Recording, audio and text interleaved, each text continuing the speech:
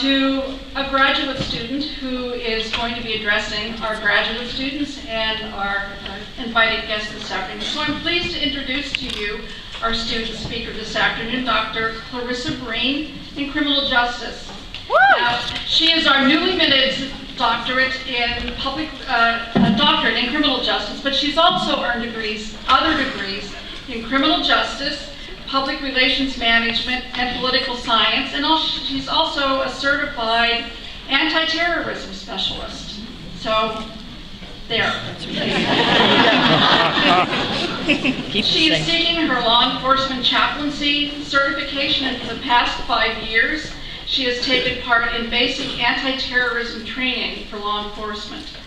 She has presented her work at such places as the American Society of Criminology, the Urban Affairs Association, the Terrorism and Justice Conference, the American Sociological Association, the Academy of Criminal Justice, and the Crime Mapping Research Conference. She has been published in a number of different venues on issues related to criminology and public policy and police operations. Dr. Breen is currently an assistant professor of criminal justice and homeland security at Cazenovia College in New York. So could you please join me in welcoming Clairissa Breen. Yeah!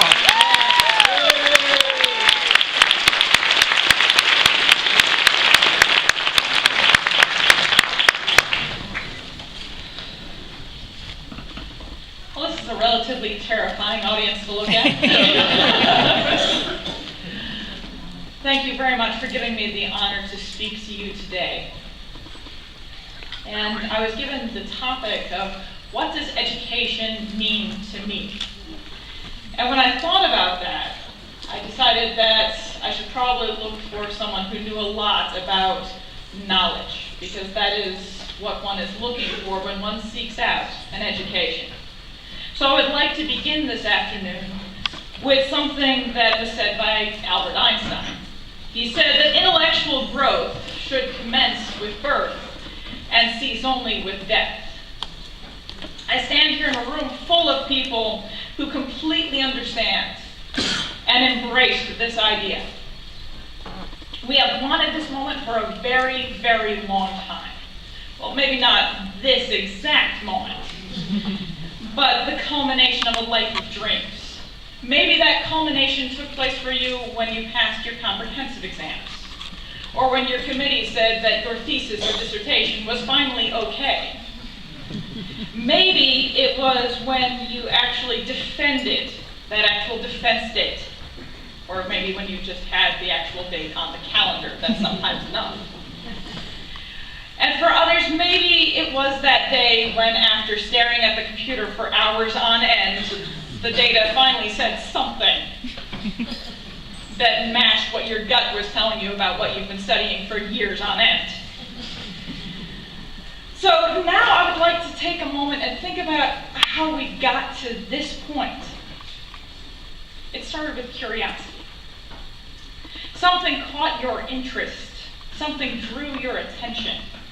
Something sparked your imagination. And then you fell in love. You didn't seek out a master's degree or a PhD because it sounded like fun. No matter what your family says. You didn't decide that you're going to do this because it's a good career move, although maybe it is. And you didn't, no matter what your uncle or your aunt or your grandmother or your grandfather or your brothers or sisters say, you didn't choose to do this because it would put off joining the real world for a couple more years. We're ready for anything the real world can throw at us. We've been to graduate school. You went and decided to do this, to study for a few more years or a lot more years, because you fell in love. You're in love with this. You pursued this degree because it is your true love that matters. I know this because it wasn't an easy process. If you didn't love it, you would have given up long before now. You pursued this degree because you love your discipline, its ideas, its theories, its history, sometimes even its statistics. And you stuck with it because you love it. Because the struggle is only one that can be endured if you are fully enamored with it. I realize that struggle is not always good to think about, and for some of you it may be really, really recent. But let's take a moment, recall that struggle, and realize everything you have accomplished.